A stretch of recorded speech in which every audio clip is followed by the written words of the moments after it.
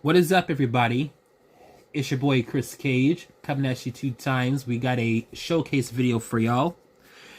In this edition of Hot Wheels Showcase, we are taking a closer look at Japan Historics 4. This is one of 2 full sets I found at Target, and it was a very lucky run. Other than that, there was a bunch of restocking A-case cars and everything else, but the premiums, we scored a premium, about 12 premiums. So, yeah, that's the most premiums I bought in one go. So it's gonna be something interesting. And plus, these are all gonna race in the Grand Collection tournament, by the way. So let's get on to it with the first car out of 10, or first car out of 5, actually. Now, what you'll know is right now is that the writing is in Japanese. If you're a Japanese viewer, you would already know what this is. But for those who don't really know what it is, this is what the vehicle is. The Prince Skyline GT. And I never had a Prince Skyline GT before, so I think this is one of the very older Skylines out here. Of course, you have vehicles like the 2000 GTR, the 2000 GTX, like the HT 2000 GTR, HT 2000 GTX, and then there's another 2000 GTR with the GTX body as well. But this one looks kind of dope. It looks like it's racing in one of those classic style racing events or rallying events, either one of the two. And you know, as I see it more, you know, this is one of those historic models right here that or that will have paved the way for the future of JDM cars in general, and then like the Skylines as well, because you know, then we got the Skyline 2000 GTR, we got the R30 through 34, and then the 35. So you got like the older pre-R Skylines, and then you got these things as well, and the 2000 GTR as well. So overall, I think this is a good casting right here. And there you have it. Car number 1 out of 5. The CC4 Prince Skyline GT. Now, moving on to car number 2 out of 5. There it is. This is the 72. This is the 72 Toyota Corolla 11. I don't remember getting this. And you know, Corolla 11 actually is something that I actually know, because I do play Gran Turismo 7, and they have 2 different modeled Corollas in the 80s. There's the Sprinter Torino, or Torino as I call it, GT Apex, and then there's the Corolla 11 GT Apex. So you can kind of think of this what you want to, but I wonder if this was also called a Sprinter as well. Now, obviously, this is like a take on the previous 1970 Corolla. This is a more advanced one. I'm pretty sure it's more powerful. And the way how Hot Wheels did it is they done it up quite nicely in this beautiful orange. And as with all premiums, they always get the special decals here on top of that. Or with it being all metal as always. Most of these have a base code of T27, so the 27th week of 2024. We're in 2025, so if anybody's seen or works in Malaysia working Hot Wheels, is the production case going to be a U or a V? And also ask me this question: why for some apparent reason, and I have seen this, by the way, this is just a side note, why do some vehicles, like for instance, say like T42I, like what's the letter after the number? So I don't know what that is. But overall, getting back to this casting right here, I think it's good, and you know, that's about all I can say. So there you have it, car number 2 out of 5, the 72 Corolla 11. Going on to car number 3 out of 5, as I'm struggling to hold these vehicles here. Of course, you know what this one is, the Nissan Fairlady Z. This is a Fairlady Z that has the has the drop down front end right here.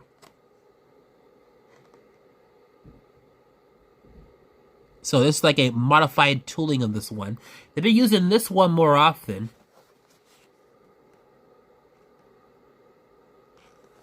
It almost kind of looks like the Fugu Z, but it's not necessarily the Fugu Z. It just says Nissan Fairlady Z on the bottom. And not gonna lie, I actually like this blue. It's a really good blue. From the front to the back. You know, say what you want when it comes to Hot Wheels Premium being so expensive, but they do put a lot of detail in them. You know, except for the lack of mirrors. You know, that's a typical Hot Wheels thing. But yeah, looks quite nice. And there you have it. The Nissan Fairlady Z, this modified tooling of it, is car number 3 out of 5. Now, I don't know if there is a chase model of this, and if there is, what would be the 0 out of 5 car? And if you know that, comment down below. I don't know if you can put pictures as comments.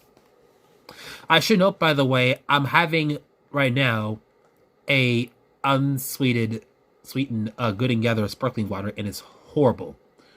The cherry or cranberry cherry thing is horrible. This is the 73 Honda Civic Custom. It's car number 4 out of 5 right here. And, you know,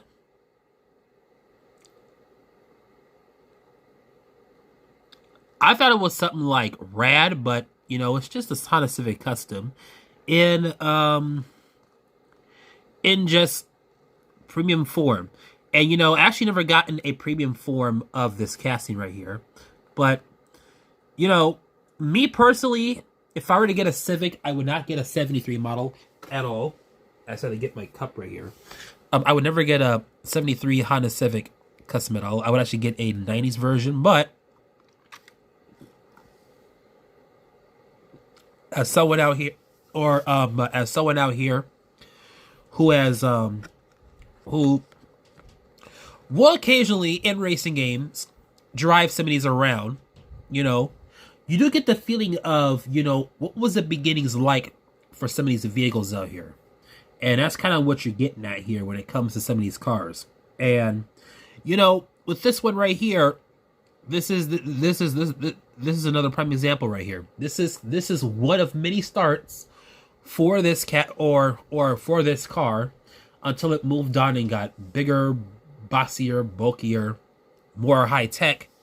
But these things are like the old school of this old. It's like, I don't want to say it's like a driver's car in a way. Maybe it could be in some way.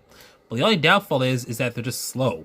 But that's kind of what you get when you get one of these vehicles right here. And then once when the years come by, they start getting more better and faster and whatnot. And, you know, folks are like, well, you know, old cars, but, you know, these play a special role in history as to, like, you know, where they started and where they're at right now. So, in a way, I can actually respect some of these older vehicles out here for where we came when it comes to cars and car culture and motorsports as well. So, quite like this one right here. So, there you have it. Car number 4 out of 5. Hatchback number 4 out of 5. 73 Honda Civic Custom. Now, in real life, I would actually get a hatchback because I want a vehicle with like a big boot but have like a car feeling to it. Then finally we have this. It's the Mazza RX3. LB style written on it. Still says Mazza RX3. And just think, after all of these Japan Historics lineups,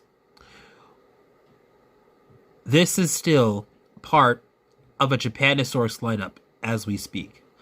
Remember when this first came out? It was in a Japan Historics lineup.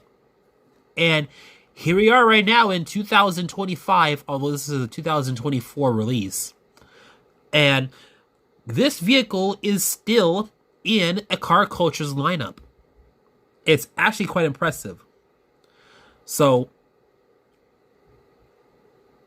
you know, sometimes when sometimes when a Hot Wheels casting lives long enough, it sees itself back in a series that it once made itself famous.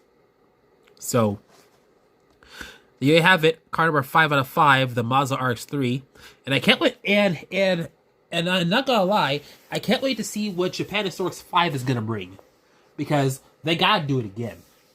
They just have to. So, what's your thoughts on this set? Of course, my commentary is just my own commentary. I might have my own things to say about these vehicles.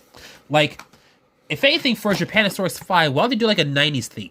Like, bring in some of the 90s cars. Like for instance, my prediction is they should do like a full-on 5-car set of but 90s vehicles.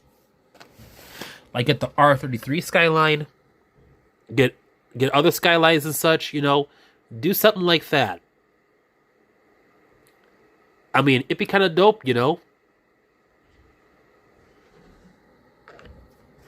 Just something to think about whilst you're looking on here, as I put this showcase video to bed. And that's what I'm going to do. So that is it for today's Hot Wheels showcase video, where we took a look at the Japan Historics 4. 4th time around, and we're still at it again with Japan Historics. That particular series has came a long way. There may be some good sets and some bad sets. I actually like the first set, to be honest. No biasing. And I like it for the simple fact that, you know, it was like a really dope thing, and then all of a sudden it just had like a very big impact. And then not only that, when I first found my first set of Japan Historics, I even found the Tempo-errored 2000 GTR Skyline Police vehicle, which I still have sitting around right now in 2025. It's still sitting around somewhere. So I'm pretty sure if I put that up for sale, it's going to attract a lot of money, but you never know. I'm pretty sure somebody might have found a duplicate of that somewhere down the line where there's a Tempo error that is already up. So who knows? But that will do it for today's video. Hope you like this video. Give it a thumbs up. Comment down below. If you're brand new watching, be sure to subscribe, and also turn on the notifications bell as well. It's your boy Chris Cage, and I'm coming at you 2 times. And we will see you at the next video.